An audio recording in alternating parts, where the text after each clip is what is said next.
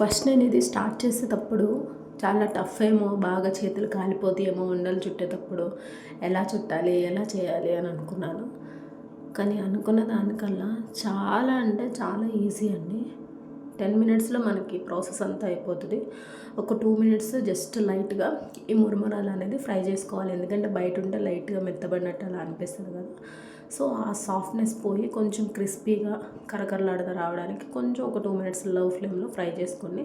తర్వాత అదే ప్యాన్లోకి మీరు స్వీట్ ఎక్కువ తింటే కనుక ఎక్కువ తీసుకోండి. నార్మల్గా తింటే కనుక 1.5 కప్ సరిపోతుంది.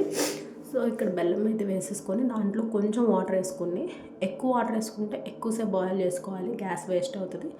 సో కొంచెం వాటర్ వేసుకొని అది మొత్తం అంతా స్మాష్ చేసుకుంటా, లేదా బెల్లం పౌడర్ అయినా కానీ వేసుకోవచ్చు.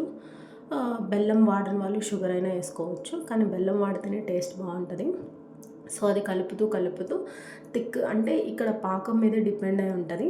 పాకము బాగా ముదురైపోయినా గట్టిగా ఉంటుంది, బాగా లేతగా అయిపోయినా కానీ తినేటప్పుడు పళ్ళకు అతుక్కుంటా సాగుతూ ఉంటుంది. అలా కాకుండా ప్రాపర్ కన్సిస్టెన్సీ వస్తే బాగుంటుంది. సో దాంట్లో కొంచెం గీ వేసుకోండి. థిక్ కన్సిస్టెన్సీ వచ్చిన తర్వాత ఒక ప్లేట్లోకి వాటర్ తీసుకొని ఒకసారి చెక్ చేయండి. అది తీసుకున్న తర్వాత మనకి ముద్ద అవ్వాలి. మనం ఏ షేప్లో చేసినా షేప్ వచ్చేలాగా ఉండాలి. ఆ కన్సిస్టెన్సీ మనకి కరెక్ట్గా పర్ఫెక్ట్గా ఉంటుంది అనమాట.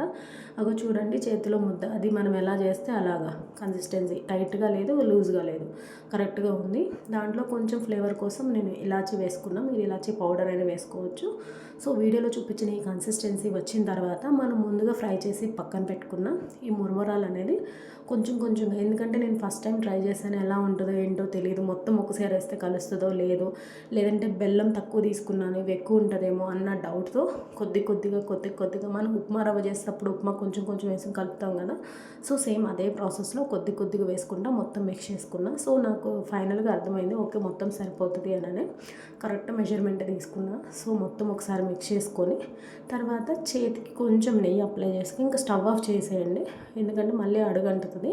సో ఎప్పుడైతే మురమురాలు వేసేస్తామో అప్పుడే స్టవ్ ఆఫ్ చేసుకొని మొత్తం మిక్స్ చేసుకొని చేతికి కొంచెం నెయ్యి అప్లై చేసుకొని ఇంకా కొంచెం, అంటే నేను ఇక్కడ చాలా కష్టంగా ఉంటుందేమో, అంటుకుపోతుంది బెల్లం పాకం కదా అని అనుకున్నాను. సో అలా ఏం లేదు, మొత్తం మురమురాలే ఉంటుంది కాబట్టి చాలా లైట్గా తేలికపాటిగా, అన్ని లడ్డుల్లో ఇది లడ్డు చుట్టడం చాలా ఈజీ అనిపించింది. సో మేకింగ్ కూడా చాలా ఈజీ.